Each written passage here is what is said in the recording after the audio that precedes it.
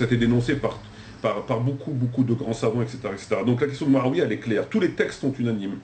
Il doit y avoir un ou deux hadiths dans toute l'histoire du hadith, du tariq et de la sira qui mettrait en valeur la personne de Muawiyah, un ou deux. Tout le reste, c'est-à-dire des dizaines et des dizaines et des dizaines de faits historiques de hadith, le dénoncent. Donc il n'y a pas matière à discuter. Donc les gens qui le défendent, c'est ou bien ils défendent, c'est pour défendre leur secte, parce que Muawiyah fait partie de la secte, il ne faut pas oublier que la croyance, leur croyance intègre Muawiyah. Tu ne peux pas adhérer à cette secte sans écarter Muawiyah, ça fait partie du pack. On est d'accord? Donc, ou bien c'est pour ça, ou bien c'est les gens qui ne savent pas. Il y a un des deux. Mais si, scientifiquement parlant, il n'y a pas matière à polémique. Je t'en prie. En fait, si les... Il reste combien de temps? S'ils ont... 9 minutes. Okay. S'ils ont lu les... Si on peut lire les textes, pourquoi ils continuent à adhérer à dire que Muawiyah est... Parce que ils prennent les textes quand ça les arrange. Quand ça les arrange, ils vont prendre les textes, et quand ça les arrange pas, ils vont pas prendre les textes. C'est comme ça qu'ils fonctionnent malheureusement. C'est ce qui se passe. On a pu voir pour ça Tarawih, on a pu voir pour beaucoup de choses. Donc quand ça les arrange, ça va dans leur sens, ils vont dire, ouais, mais c'est Bukhari qui l'a dit, c'est sahih, comment tu oses remettre en question le Bukhari, et quand ça les arrange pas, il n'y a plus de Bukhari. C'est comme ça. Mais quand tu t'analyses, tu te penches que sur les textes, c'est une évidence, il n'y a pas matière à discuter. Le chiisme n'est-il pas en réalité un cache-fumée pour les sunnites afin d'éviter de parler des sujets sensibles mettant en cause certains compagnons? Jour du jeudi, menace sur Fatima, etc. Non, ces faits-là ont été occultés. Le jour du jeudi, Fatima, etc., ont été de toute évidence occultés. Et ils sont alors aujourd'hui occultés.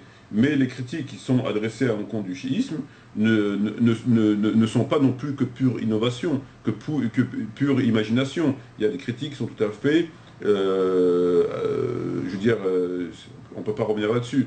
Donc il y a une volonté de la part de gouverneurs, de la part de certains États, comme l'Arabie Saoudite, de se servir du chiisme pour cacher autre chose, etc., pour faire de la diversion. Mais ce n'est pas la seule et unique raison. Il y a des revendications qui sont tout à fait justifiées et un sentiment de choses inacceptables qui sont tout à fait justifiées. C'est une évidence. L'imam Ali mérite-t-il la 4e place au rang d'élu au paradis? Moi, en ce qui me concerne, à titre personnel, d'après mes études, il mérite mieux que la 4e place. En ce qui me concerne. Moi, personnellement, je ne mets pas Ali comme étant le 4e. Dans le sunnisme, de néo-sunnisme, il est mis 4e. Moi, personnellement, d'après mes recherches, d'après mes études, d'après son rang, d'après ses qualités, je pense que le mettre 4e, ça serait faire abstraction de beaucoup de textes, et ça serait une injustice, et je dirais même quelque part du mépris. Donc moi je ne le mettrais pas 4e. Il mérite bien mieux que ça. D'accord. Quelles leçons tirer des événements tragiques qui se sont déroulés après la mort du prophète? Peut-il y avoir un point d'entente entre sunnites et chiites à ce sujet? Les points de désaccord et les conflits qu'il y a eu à l'époque ne peuvent pas être récupérés à l'heure d'aujourd'hui pour creuser le fossé. D'accord? Je pense que si le prophète Mohammed était là, et si les gens en Europe étaient là, la dernière chose qu'ils feraient, ce serait de jeter de l'huile sur le feu pour qu'ils s'entretuent. C'est la dernière chose. On est arrivé là, c'est la pire des solutions, si on peut appeler ça une solution, et qui arrangerait de toute évidence tous les ennemis de la religion. Voilà, donc pour moi c'est le pire. C'est la pire des solutions. Donc les gens qui ont un souci de la religion et de respecter les textes et s'efforceront de faire en sorte de ne pas se donner en spectacle. Quels sont tes principaux points de désaccord avec le chiisme? Il y a pas mal de points de désaccord mais ce serait trop long à les évoquer là. Mais j'ai beaucoup de points qui sont désaccords. Les principaux? Des principaux, tu as beaucoup de choses. Il y a la revendication première, le fait qu'il a été l'usurpation, en ce qui concerne l'usurpation, elle n'est pas établie, comment les compagnons sont traités, c'est inacceptable. Il y a beaucoup de choses que je ne suis pas du tout d'accord, que je ne pourrais pas accepter. Le professeur Tijani a fait l'objet d'une lourde critique venant de ta part. La maintiens-tu? Ben, je la maintiens, parce que scientifiquement elle est prouvée. Dans le livre que j'ai corrigé Comment j'ai été guidé, il est bien établi que Tijani a été de mauvaise foi.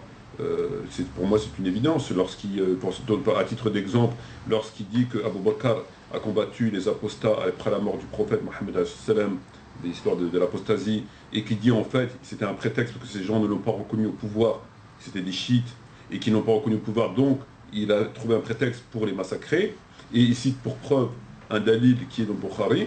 Donc le dalil c'est qui dit que le prophète a dit on m'a chargé de combattre les gens qui témoignent qu'il n'y a de Dieu que Dieu, que je suis l'envoyé de Dieu, à partir de là leurs biens seront sacrés. Donc à partir de là il te dit ils étaient musulmans, donc pourquoi ils ont combattu, etc.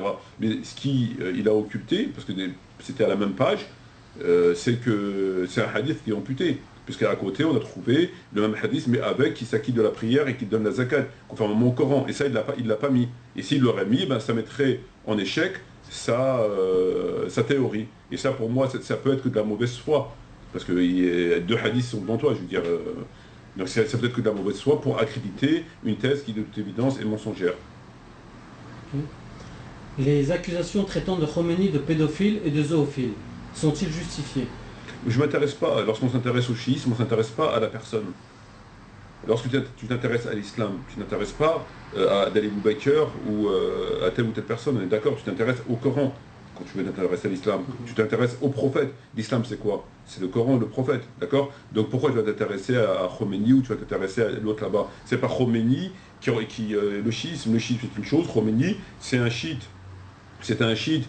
Dans le sunnisme c'est pareil. Si tu vas te référer à tous ces imposteurs, à ces menteurs qui parlent du sunnisme, et tu vas considérer de là que le sunnisme c'est n'importe quoi, c'est une erreur, il ne représente rien du tout. Si tu veux savoir ce que c'est le sunnisme, c'est que tu prends les hadiths, tu prends les Bukhari et Muslim, et tu regardes ce que c'est le sunnisme. Mais c'est pas forcément en écoutant Pierre-Paul Jacques que tu vas savoir ce que c'est le sunnisme. C'est deux choses différentes. La personne et la doctrine, c'est deux choses différentes. D'accord. Qui fut à côté du prophète avant sa mort, Aïcha ou Ali? On ne sait pas. Certains textes disent qu'il est mort entre les mains de Aïcha, et d'autres textes disent qu'il est mort entre les mains de Ali. Donc il y a une contradiction qui est rapportée notamment par Tabaqat al-Kubra ibn Sa'ad, qui rapporte les deux textes différents. Bukhari dit Aïcha, d'autres disent etc.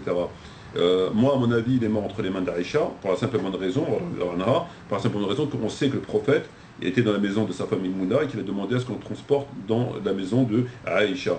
Donc tout laisse à penser que si il aurait voulu mourir entre d'autres mains, il n'aurait pas souhaité aller chez son épouse Aïcha.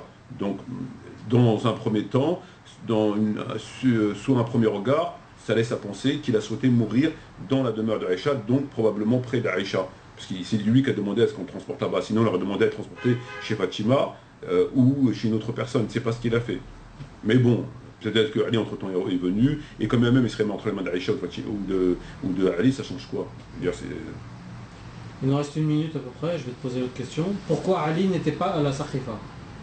Parce que la Saqifa était un fait qui s'est déroulé de façon spontanée à la mort du prophète, ça n'a pas été préparé, il n'y a pas eu d'affiches qui ont été collées ou d'émissions qui a été... Donc c'est un fait qui a été spontané, et Ali n'était pas là, et les gens se sont précipités à la Saqifa. Le problème c'est pas la Saqifa, c'est qu'après il n'était pas là, mais on n'a pas voulu, en fait, on n'a pas revu le mode, c'est-à-dire on l'a accepté, ça s'est fait dans la précipitation, en l'absence de Ali, ce qui n'est pas acceptable, ça peut arriver dans la précipitation, mais la moindre des choses c'est qu'on revoit ce fait-là, tranquillement, il n'a pas été revu.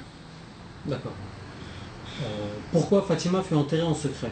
Parce qu'elle a eu un lourd conflit avec Abu Bakr et Omar, et elle a souhaité à ce qu'on enterre dans la nuit, parce qu'elle avait un contentieux vis-à-vis d'eux. D'accord. Pourquoi le Hassan fut assassiné ainsi qu'Al-Hussein? Hassan, il y a divergence, certains disent que c'est pas Muawiyah qui l'aura assassiné, quoi qu'il en soit, l'effet démontre qu'il a été empoisonné, et tout laisse à penser, et certains le disent clairement, comme Tabari et d'autres, il a été empoisonné. Parce que là, on n'aura plus le temps, donc il faut interrompre. C'est fini là? Ouais, ça va, on clôture quoi. D'accord, mais on attend de dire au revoir quand même. Voilà, c'est tout. Merci. De rien. Surtout Jaziren, et à la prochaine pour une prochaine vidéo. Ça va. Merci beaucoup. Salam alaikum.